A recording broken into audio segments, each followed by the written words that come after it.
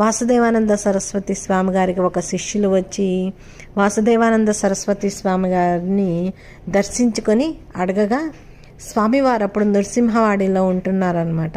నృసింహవాడిలో ఉన్నప్పుడు కృష్ణానదిలో నీరు చాలా తక్కువగా ఉంది. దాంతో ఆ నీరు అందరూ పిండ ప్రదానాలు చేయటం వల్ల నీరు చాలా కలుషితమైపోయింది.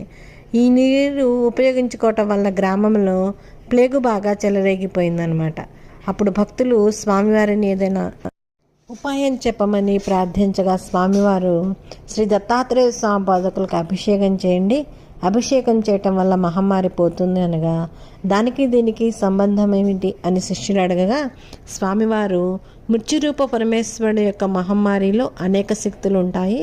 మృత్యురూప పరమేశ్వరుడికి అభిషేకం చేస్తే ఆ శక్తులన్నీ శాంతిస్తాయి. కాబట్టి భక్తులందరినీ స్వామివారు లఘురుద్రాభిషేకం చేయమని చెప్పగా లఘురుద్రాభిషేక ఫలితంగా